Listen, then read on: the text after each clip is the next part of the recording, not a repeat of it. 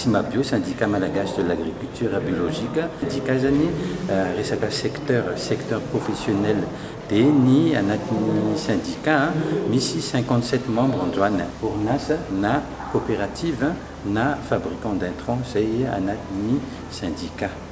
Dia amin'izao fotoana izao zany miara-miasa amin'ny 15 600 petits producteurs amin'izao. Dia miara-miasa ao amin'ny superficie elaelany 12 500 hectares zao. Ny azahoana ny certification bio misy cahier des charges mazava tsara avy amin'ny ivelana satria ny standard malagasy mbola tsy mipetraka le izy dia ny export ihany mandrely entana avy amin'ny Madagasikara.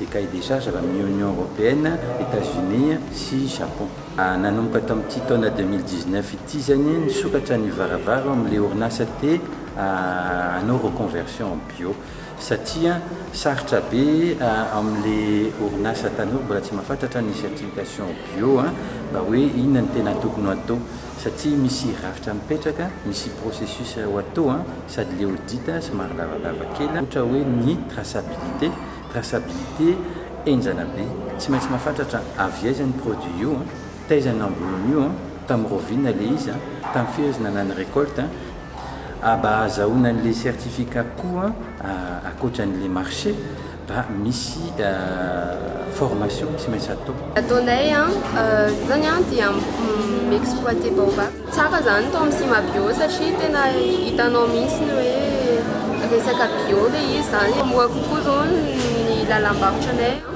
satria zany ny olona rehetrarehetra zany vao mahita le hoe Sima Bio dia hoe tena bio ty